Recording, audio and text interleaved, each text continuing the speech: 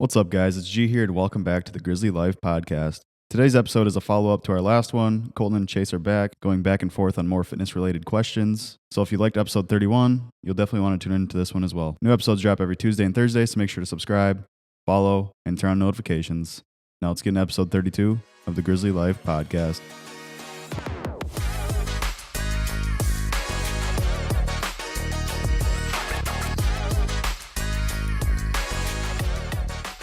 Yo, what is going on, guys? Episode 32 of many. We appreciate you guys tuning in. As promised, Chase and I just got out of some meetings with some coaches. We got them onboarded and not necessarily onboarded. We just got them some more information that they needed. So it is still Wednesday, June 11th, and we're going to record another episode here. So we're going to kind of pick up where we left off. We were talking a lot about protein, specifically whey protein. Talking about pre-workout, kind of talked on caffeine a little bit. So we're going to dive right back into just having an open conversation. Don't really know where it's going to go, so I'm not going to promise you what we're going to talk about, but I'm just going to ask Chase some questions. We're going to kind of see where it takes us, and we'll go from there. And today's episode, I'm going to guess it's going to be about 25 minutes, so we'll see how close I am to that by the time we're done. So, Chase, we'll pick up where we left off. I think we're good on whey protein. We decided it is beneficial to you, especially if you are not getting your protein intake in on a daily basis. It's a good supplement to utilize, something to add to your diet, to your regimen. Last episode, I also said I do not really believe in caffeine myself, but people like to use it for pre-workouts and those kind of things. And I also said that creatine is a miracle drug. I think everybody should be on creatine no matter the age. It's just important that you take in the right amount of water. So with that being said, let's talk about water intake. I want to get your point of view on water, how important it is, maybe how much water we need to intake, depending on the size of you. You know, what's a good standard? What do you like to coach on? What do you tell individuals when we're coaching water intake? I've seen so many different viewpoints on it as far as like the intake side, because the super traditional one I feel like used to be like you have like 8 cups a day. And then once you really dive into it, I think it mostly matters on like, say, A, gender, and B, body size. Like I'll generally see that men need more water intake than women. And then the range is so wide. So I've also seen cases where they say, well, you just drink when you're thirsty. But I mean, some people don't do that often enough though. Or like, that's a very, I don't know if derogatory is the right word, but it's a very broad term. Like it's not very finite. So you getting thirsty might be like you're dead dehydrated versus someone else like every time their mouth is dry. So I've seen so many different ways about it. I'd say if you're sitting between almost like that 8 to 13 cup range, that's almost on the low end for males, but pretty healthy range for women. I'd say sit around that range there for you. So it's just slightly below a gallon if you're getting 13 cups, 8 cups obviously being a half gallon, but somewhere in that range, at least you're still getting good volume. You're not necessarily hurting performance any. I guess, do you have any 2 cents on water intake? I know you take down do you take it down like a gallon and a half a day? Yeah, so I drink a lot of water. My take on water is that it's very important. You know, I think there's extremities both ways. You could say too much water intake's bad, not enough's bad. It's hard to do your own. I mean, you have to do your own research and kind of believe what you want to believe. But I personally, at very minimum, I'm basically around like 150 ounces a day, I think. So like a gallon and a quarter or something like that for sure. On some days I'll get, I drink a 42 ounce Yeti. I'll have 4 of those every day, and then I'll start the 5th before bed. I think water intake is extremely important. Like we said, a lot of the body is made up of water. A lot of your muscles are made up of water. Everything in you needs water, and it's very important. I think water is very underlooked nowadays. I think a lot of people drink a lot of flavored things. People are addicted to bubbles. People are addicted to like the carbonation, obviously the bubbles. People are addicted to the flavors of drinks, or just having some kind of, again, you got Powerade, Gatorade, sodas, coffee, little flavorings or what, so I think that's a kind of a major problem, because not a lot of people are drinking stuff, but they're not intaking like H2O, right? They're not getting the water in that they need. So something that I've been doing is my element packets, which I've kind of talked to everybody about. I got a 42 ounce Yeti. I try to drink only well water, but sometimes, you're on the road and you can't just drink well water. So what I'll do is I'll do 42 ounces of water, and then I will throw one packet of Element in there. They've got a bunch of different flavors. Right now I'm on the lemonade because it's a limited edition.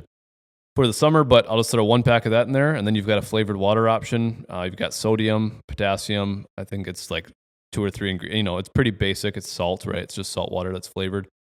Some people could argue the way it's flavored isn't, strict carnivore the best, but I don't really care. I'm getting my water intake in, so that's what I do, and that gives me the flavor kick that I need. It makes you want to drink more and more water. You've got the salt aspect, the sodium aspect. So if you're struggling getting your water intake and you keep going to Powerades or Gatorades or flavored waters and stuff like that, I think doing like an Element in a 32-ounce jug to 42-ounce jug is great. It's not too salty. It's not too sweet. It's just a good amount of flavor. My intake, I think you need to be having a half a gallon a day. I think that's a good, at least you're getting water in and you're staying hydrated. You don't have to pee clear. That doesn't necessarily mean you're hydrated. That means you've got too much water in you. So it should just be like a light tint of yellow, I think is technically like the what they say is hydrated. So I know when I was a kid playing sports and you'd be on like a 4-day, 4 games of baseball in a row, like on a Saturday baseball tournament. And the parents would all be like, I just remember like a couple times, right? It's like, well, you got to stay hydrated. It's hot out there. You should be peeing clear, right? Like that was the thing. Obviously, you've got enough water in you if you're peeing clear, but it's like almost overhydrated at that point. Like you don't need to piss clear by any means. So keep that in mind. But since we're talking about urine, you really shouldn't have dark colored urine. If you're dehydrated, you're probably going to have dark colored urine or it's not going to smell that great. So some great signs to know if you're dehydrated as well, or if you're drinking things that are not water. So get your water intake up. Do your own research on what a healthy color urine is so you can be more healthy. But I think that's a very valid point. I think that's a good way to kind of monitor what you got going on. Everybody's different, like Chase said. You got to find what works for you and what's best for you. But water, I think, is extremely important, even to not like have brain fog and having energy and all those other like little things. The right amount of water is important. So that's the thing too, is like you could look at different aspects. Like someone in dermatology might have a different recommendation than me as a trainer versus, like you said, someone who's saying like for brain performance, like I'm looking at physically. So depending on what field you're in, you might say something different. Electrolyte side, especially, I think with what you're saying too, obviously if you're taking Element, you get sodium, potassium, you're getting your electrolytes in. So you're on the safe side. If you do start kind of breaking that threshold of like a gallon and a half, like making sure that you're staying up on those things, whether that's through food or if it's through an Element packet or some other brand of electrolyte packets, like even electrolyte drinks for that matter, just making sure you're staying on top of that so you're not shortchanging yourself. So you're saying like the more water you drink, the more of that stuff you're going to run through and kind of piss out as well, is what you're saying? Like the more, so like for me, I drink an Element packet every 42 ounces of water. So I'm having like 4 packets a day. I also don't believe that 2.5 grams of salt a day is enough, or 2,300 milligrams or whatever it is. I do believe more salt is better for you, probably for what we're saying. Getting heavy workouts in, going for hikes, going for walks. You wake up the most dehydrated, so when's the most important time to drink water and salt? Right away in the morning. But so what you're saying is if you're drinking a gallon of water a day but not getting the electrolytes you need, and if you're not drinking your Element packets or eating enough salt, that you are going to be pissing that out and basically getting more nutrient. Or so you're just like sapping yourself essentially of those electrolytes, so you're not, to your point about brain function, like you're not all there like you normally would be. Sure. Per se. Yeah, that makes sense. I think it's very important to not only get your water intake, that's a very good point. There's more reason to drinking the salt water than just the addiction of the flavor. So I think that's, like I said, everybody's different. Kind of figure out what works for you, monitor yourself. You've got your own basic bodily functions. You can kind of see what works, what doesn't. There's also like the pinching the skin and how fast your skin rebounds. That's another one that you can do too. If you pinch the skin on your hand, on the top of your hand, and it stays in place for a while, or basically anywhere, I think if you pinch your skin and it doesn't rebound very quickly, that's a sign of dehydration as well. So I think water, again, the reason we're talking about it, it's very overlooked and I just think it's very important. I think for every basic function, even getting better sleep and brain function and just like every aspect of life, if you're hydrated, it's going to help with all of those things. Performance in the gym. So anyways, water, important. Do your research, figure it out. And if you're going to drink a lot of it, make sure you're keeping a good intake on your, especially your sodium, but your electrolytes in general. So Good. What topic do you want to go next? Do you have another good one you want to bring up? Not that we have to completely reopen the can of worms here, but I know you'd mentioned like whether it was at the end of the pod last week or if it was when we were just in passing, you mentioned like for yourself specifically, you're probably taking in like 1.2 to 1.4 grams of protein per pound of body weight for you. I was just going to say the point too. I think you threw the range out there. You're looking at like, I think the math is easiest for people. Like, say you're monitoring your protein intake, because I'll have consults all the time where people come and they say, "Oh, I'm getting 50 grams of protein now," or like, I went to my doctor and they said I need 100 grams, but it's really hard to get 100 grams. Like realistically, I think on the low end of things, you can go zero 0.8, which whatever makes the math a hell of a lot harder. But if you're 200 pounds, 160 grams of protein seems like a lot, but in reality, if you're eating meat, red meat, chicken, whatever the case may be, a protein shake, I think you can get there pretty quickly. But to your point, I don't know if you've ever necessarily ate like a low high protein, if that makes sense, where you're like more in that 0.8 range. Do you feel like you're better when you have a crap load of protein, especially since being on carnivore where you're eating like upwards of 200, or what has that been like for you? Just given that, not that there's a lot of papers right now specifically either, but like the difference between someone who eats 0.8 grams per pound versus like 1 or 1.2, Sure. 1.5. Yeah, so something that I am personally doing is I'm actually trying to track so I'm using a new app. A couple weeks ago, I told you guys I was using ChatGPT to track my stuff. What I learned from this was that the more days that went on with ChatGPT tracking in a log for myself, it was getting more and more complicated for ChatGPT to remember, to recall things, to like we're on like day 7 or day 8, and all of a sudden it would like, hey, I lost our session data. Can you re-upload it? So I kept uploading files. Like I'd have to save them to my phone and then re-upload them so that way it knew what we were doing. So, anyways, Garrett kind of goes, hey, you should just get an app that makes sense. So I think it's called Chronometer. I asked ChatGPT what it recommended. So I got Chronometer as an app. It links to my Ring and to my watch and whatever. But anyways, what I am doing is I'm trying to track my protein intake day to day to see any differences in like a high protein intake, like a extremely high day, like a 240 range versus like a 180, and see how my sleep and recovery and my general brain function, like everything goes. So I am trying to monitor that as well. So me personally, on the carnivore, it's strict protein, fat, no carbs, right? The only carbs I'm intaking is like 1 gram from my element packet, basically. So I have like 4 grams of carbs a day. And keto is technically anything under 20 to 50 grams of carbs a day. So anyways, I'm super strict there. I don't have necessarily, I guess I don't know on a low protein day versus high protein day. I don't have anything that I've necessarily noticed, but I'm always over that one range. Prior to being a carnivore, there were days that I felt like, oh man, I just can't get enough protein in, but that's because I'm stuffing my face with pasta and rice and stuff that like really fills you up. So now that I'm on like more of the protein side, my recommendation for people is like chicken doesn't really fill you up, and it's a high protein, low fat option. You get 25 grams per 4 ounces. That's not a lot of chicken. If you really want to get your protein intake, if it's important to you, I don't think it's extremely difficult to get 0.8. 0.8 being, again, for every 100 pounds, you need 80 grams of protein. And especially if you're going to drink a little 20 gram protein shake with your whey protein, I mean, yes, you do have to go to your way to eat some meat, but I mean, most of my meals now I'm eating 80 grams a serving, but obviously I'm only eating meat, so it's a little bit different. So I don't know. I don't have a great answer to your question as far as can I tell a difference between like a 0.8 to a 1.2 and that, but I think the biggest thing, a 0.8 to a 1.0, the goal is to maintain muscle mass. The goal is to not lose muscle and to just kind of stay the same.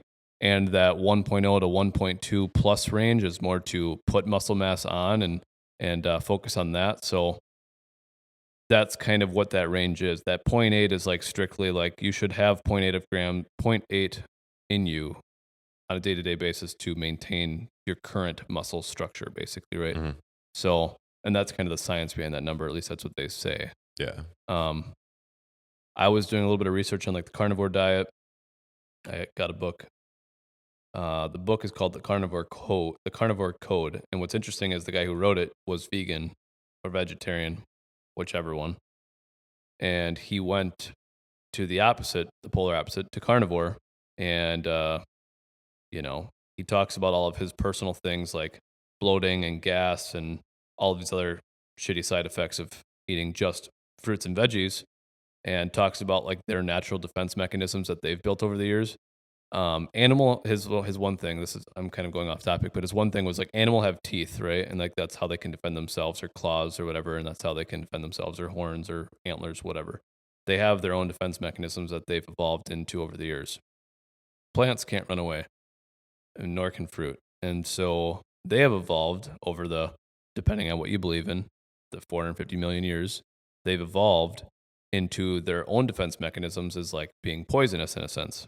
Now, we can eat them, we can ingest them, but they have to protect themselves as well, is kind of his theory, right? And so I think it's like the phytic acid or something it's called, and other items that within the fruits and veggies, like they're not good for us. They disrupt things. That's why you'll have more bloating, you'll have more gas, you'll have side effects to eating fruits and veggies. That's where a lot of that stuff comes from. And again, they're not very bioavailable. You have to eat them in exorbitant amounts. And so anyways, that's just, I wouldn't recommend anybody to just like give up fruits and veggies if they absolutely loved it. I would just do a little bit of research on like, 3 fruits a day isn't that great for you. That's too much sugar in your system. I know some people say 3 to 4 fruits a day, but that's absurd, I think, in my opinion. But where was I going with the carnivore code? I don't know where I was going with it. I don't remember what question we were wrapping up. I was thinking about vegans and vegetarian, and that just angered me, so I was moving on.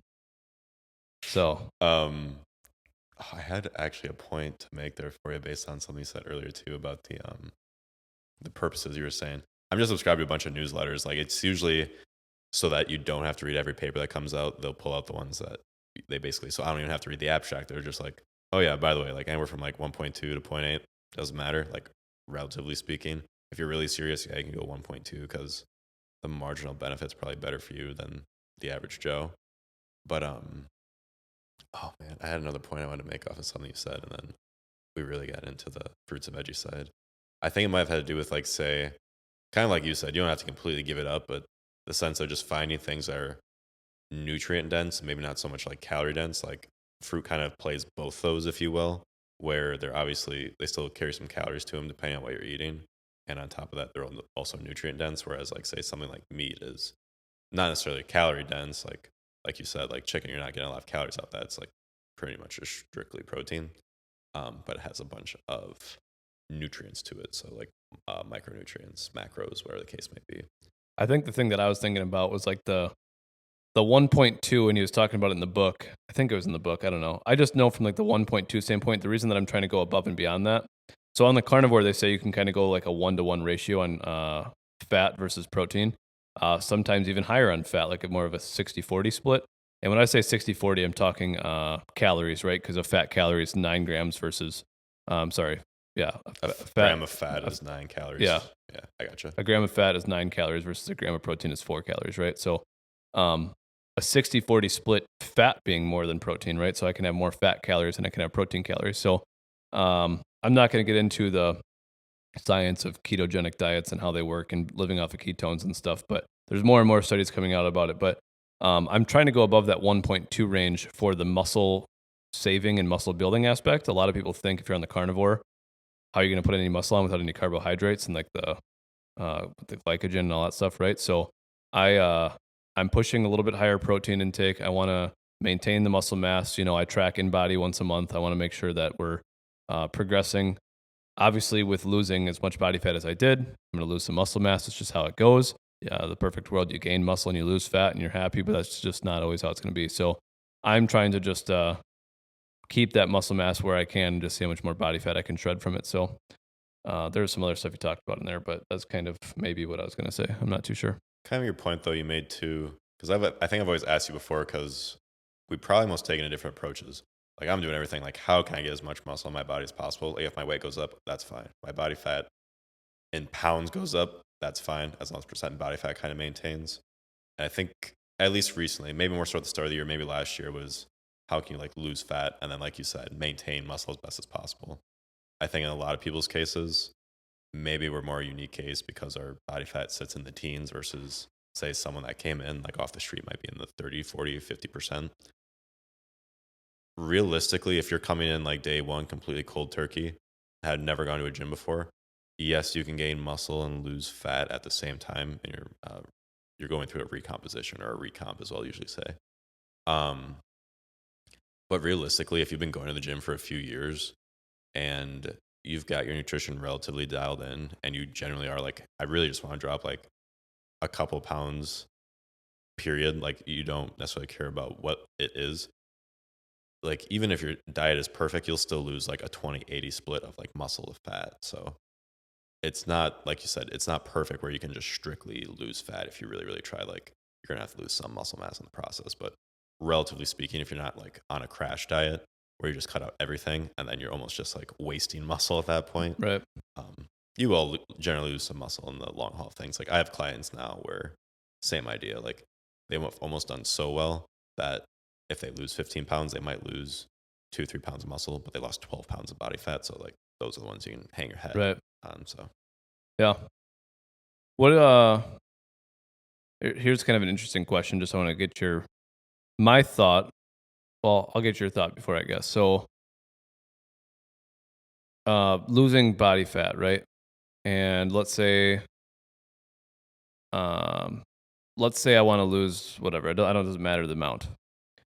Do you think if I eat 5,000 calories a day of lettuce that I would, I guess my question is calorie deficit, right? Is calorie deficit the only way to lose body fat?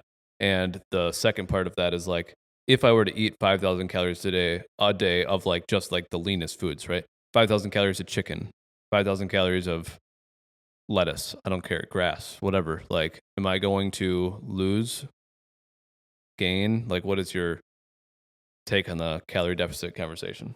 I think to put it at like its most basic terms, kind of like you said, I would say like base of the pyramid, if you will, would truly is just calories in versus calories out. If you're taking in more calories than you're burning, you will store that as excess stores, which will be body fat or adipose tissue, however you want to refer to that.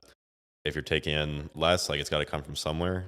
You obviously either take that from, like you said, your muscle glycogen, or you're going to take that from body fat. For people that are, for your 5,000 calorie example, if it's obviously like carb and protein heavy, that might go obviously more so to say repairing your muscles, like protein resynthesis, replenishing your glycogen stores. Same thing for if it was dietary fat. Again, that's huge for recovery too. Like if not more important than carbs in some degrees. But it really depends what it is. At the end of the day, it all gets stored as adipose tissue. Like I'm just saying adipose tissue because people, if I start saying body fat and like dietary fat, people kind of get those confused. Eating fat alone doesn't make you fat. Like you said, you're eating almost maybe half your calories from fat. On the flip side of things, though, so just for a simple answer to kind of wrap up the surplus side, yes, if you're eating, say you only need 2,000 calories and you're eating 5,000, you're going to store 3,000 calories in body fat, which if you're doing that on like a weekly basis, you'll probably gain a pound of fat a week. Besides the point, deficit side of things, some people try to almost go like so severe, or I'll like talk to guys that are like bodybuilders and try and maintain muscle as like well as possible, obviously. And their coaches will have them on like cardio and calorie restrictions that are almost like so severe that it could be the fact that they have more, like they might have not taken their maintenance that well, where like they started gaining body fat, or like they didn't gain muscle as fast as they should have, that they almost try to make them drop like 15 pounds, say in 7 weeks, which is not crazy. Like it's only a pound or two a week, obviously, give or take. But you realistically could go more gradual, especially those guys that are that size with that much muscle mass. Like realistically, if they could, I'd want to see it almost as gradual as a half pound a week, just because you can control that a hell of a lot more. The calorie restrictions you have to do is realistically probably only not even 500 a day for that matter. Like say you need 2,000 to maintain, you'd have to eat 1,500. Most of these guys that are that size probably eat like 27, if not 3,000. So doing 2,700, it's not that crazy. If you can do it diet side of things, I think that's the best way to do it, just because I feel like there's so many forms of cardio where it's hard to say like what cardio can I do that burns fat and not muscle. So when a lot of guys, I just talked to someone yesterday, they're like, oh yeah, I got to walk on like super high incline on the treadmill for a while. I was like, what does your heart rate get to on that? And they always say like, it's like almost maxed out. They'll be at like 160, 180, whatever the case is. And I'll even tell clients, and I'll tell everyone else here too, like if you're trying to realistically, if you're thinking about strictly how can I oxidize fat, or like how can I burn fat best through cardio, like shoot for like 60 to 65% of your max heart rate. That's what I do. I don't do like the super max incline and like a walking speed, because my heart rate still probably gets into like zone 3 or zone 4, however you want to refer to that. It gets well above that. It's probably like 80% of my max. Again, you'll lose weight. It might be muscle, it might be fat, but generally I'll try to focus on something super low. Yeah. Still good for like my cardiac health, but it's also good for like say fat loss versus muscle loss. I have a couple things that I want to touch on. One, I don't want to forget this one, was people who come to the gym and then like severely like undereat, and then like the side effects of what that does like long term. But before we get to that one, I just want to say that out loud, so hopefully neither of you forget. Regarding like the calorie surplus and deficit, there are genetics that play into it. I personally have had a precision genetic health test done to review how my body handles fat versus carbs versus protein versus certain vitamins and minerals and nutrients, just to know how my body reacts to certain things, right? So like my specific genes, DNA, I'm the type where if I eat too many carbs, my body can easily store them in the stomach area, right? Like that's just how my body is. I don't necessarily, so I won't touch too much on genetics and saying how some people are just born this way and big boned and all that stuff, right? I'm not going to go down that path of I'm overweight because of my genetics. I do think genetics play a part of it. I do think there's some people who are more naturally genetically gifted, and if they eat 5,000 calories a day, they'll get rid of what they don't need, and it might not be stored as easily as other people. For me, if I overeat on carbs and if I overeat on fat, my body can easily store those items as adipose tissue. That being said, the carnivore diet I think plays an important role because I'm getting no carbs. My body is constantly feeding off of the fat that I'm eating and my own body fat, because that's how this diet works. And for those of you that don't know, protein can also be stored as fat. So if I had only a protein diet and no carbs and no fat, for example, the protein is just harder for my body to break down and store as fat. It's a harder thing to break down. That's why they say like a high protein, low fat diet. For people who are cutting, that's why it's always white chicken and rice. Your body, it takes more time to break down the protein, and you might stay fuller longer, those kinds of things. But it is harder to store protein as fat, but your body still can do that. So don't think eating 5,000 calories a day of just white meat, you'll still be able to store fat. I think depending on the individual and their metabolism, now long term, if I took Chase that gains no body fat, or whoever that gains no body fat, and they eat 5,000 calories a day for 6 months, they're going to have body fat. They're going to grow. They're going to get bigger. They're going to get fatter. That's obvious. But I get some people who are built skinny and they want to gain weight. They want to eat a lot of calories. It's not easy for them to gain weight. I think it's a consistency thing. Like you have to every single day eat in a surplus, eat in enough surplus. Like it's just not going to be easy for that individual to put on size. That's just how they are as well. So that's kind of all I had to say there. Is it's protein can still be stored as fat. My body utilizes the fat that I eat as energy source. So anyways, my side question was, I know people who don't eat enough, and my input is that if you don't, let's say you severely don't eat enough. So like, let's say I need 2,000 calories a day to keep it easy, and I'm eating 1,000 a day. You can lose weight up front. You can drop some pounds, but your body gets used to things, and eventually it figures out how to use 1,000 calories a day. And if you think strategically starving yourself is going to be a way to lose body fat, that's not the best way of going about it, in my opinion. I think, you want to be in a calorie deficit, but not an extreme deficit. I think it's almost more detrimental to your health as well, especially if you're going to be on a fitness routine or regimen. If you're going to be lifting, if you're going to be going for a run, you're better off going in a couple 100-calorie deficit and not starving yourself by 1,000 or 1,200 calories. Your body gets used to it. I want your take on that individual. Like extreme cuts or Well, I just think some people think, well, if I want to lose 20 pounds of body fat, I should starve. And in realistic fashion, like, I just don't think that's the best way to go about it. Like, I just think there's more bad things that happen that way. And your body can't recoup, it can't regenerate the muscles you're trying to grow. And we always have the same conversation too. The more muscle you have, the higher your basal metabolic rate, the more fat you're going to burn. So people come into the gym and they're fat or they're overweight and they're like, oh, I don't want to gain muscle. I want to lose weight on the scale. It's like the more muscle we put on you, the faster we're going to drop this fat, right? Like that's just how it works. So I had this conversation recently, and it's the same idea. I almost said, like, obviously starting out, like, your weight itself might not adjust that much. And the example I always use is, let's say you gain 5 pounds of muscle, lost 5 pounds of fat. BMI won't change, body weight doesn't change, percent body fat dropped down, basal rate went up. And the best way I can explain it is kind of like you said, if your basal rate goes up, you're going to burn more fat just by existing, not even working out, where the case may be. So if you're thinking about it, it takes more calories for you to fuel your muscles because it's directly correlated. Your muscle mass increasing and your basal rate, your calorie need increasing. If you're taking in more calories to fuel your muscles, they're going to recover better. Therefore, they'll get bigger. BMR will increase again, and it's all kind of like a snowballing effect, right? So it's like if you just keep lifting heavy and stronger and then giving it the proper calories it needs, naturally speaking, even if you weren't doing cardio or you're not doing an intentional deficit, you'll lose body fat and weight in the long haul, assuming you have more body fat than muscle. But for some people, obviously, if you don't have a lot of muscle mass, you have a lot of body fat. Like, you might just burn that body fat and gain muscle slowly but surely.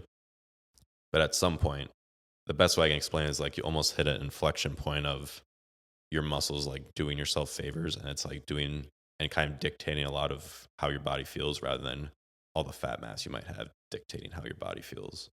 Should you, if you're trying to lose 20 pounds of fat, should you, like you said, cut out 1,000 calories, be 7,000 calories short a week?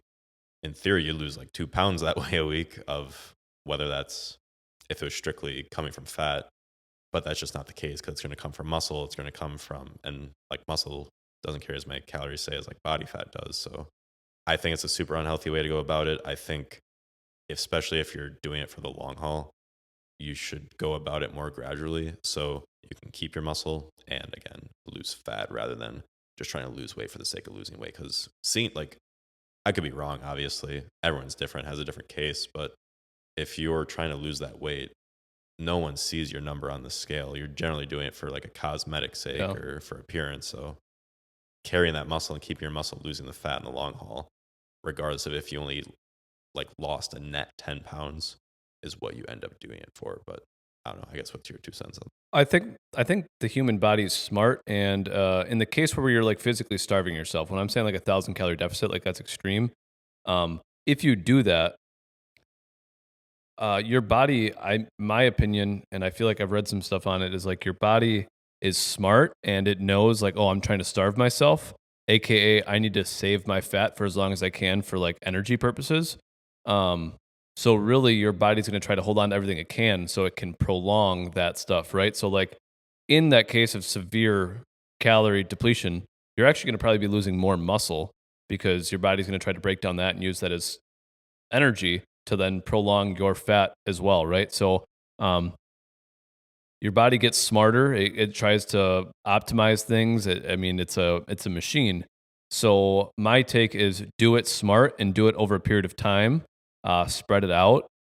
Try to get in a routine. Okay, hey, for this first 2 weeks, I'm going to eat 2,000 calories a day. I'm going to assess myself, and then I'm going to go to 1,900 or 1,800. I think you have to do it in a smart way, and your body's going to change the way it needs to, and you should be getting the proper calories so your muscles can have what they need, and then also so your body fat can kind of hunker down too. So Your body naturally just wants to burn glycogen. Like, it doesn't want to have to burn fat if it doesn't have to. Right. Exactly. So I think once you go that extreme, your body just kind of kicks into overdrive and understands what's going on. It feels like it's starvation mode. It's sending off signals, and it's actually going to try to preserve your fat longer so that way you can live longer if you're truly starving this way. So in end, I think, don't get me wrong, there's people out there that I'm sure went the starving themselves route and they lost 50 pounds and like it was great, but like not a healthy way to do it. It's just, there's other ways to go about it. So we talked about a couple things. I think it's getting close to probably the time we got to get it wrapped up. I think we got 2:00. I think you hit 25 here Pretty damn close though. Did we? What time is it? I think we got over it. Well, we're like 35 now. 30? 35? Okay. Yeah. So Not bad. we talked a little bit more. We just kind of rambled. It's nice having this podcast studio down here. We can have better conversations. We can just kind of hop down here during the workday if we've got the time. So this is awesome. I think we're getting pretty damn close. We're just going to have some other guests on and start having some conversations and start giving you guys some more knowledge and some more information. I think Chase and I are going to try to do more conversations like this on kind of like an educational topic. So if anybody has input, hey, maybe we do one educational topic a week and one motivational episode a week or something like that. Maybe you guys want to learn more about business, whatever it is, just let us know. I'd like to keep talking about random stuff and kind of giving you guys the knowledge that you need or the insight that you guys need. So we'll wrap her up here. My name's Colton Burt. Snapchat, Colton.Burt, Colton.Burt.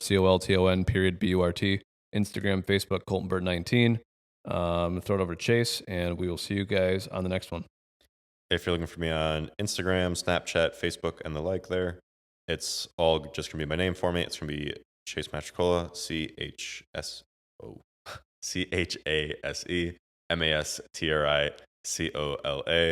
And we will see you guys on Thursday's episode.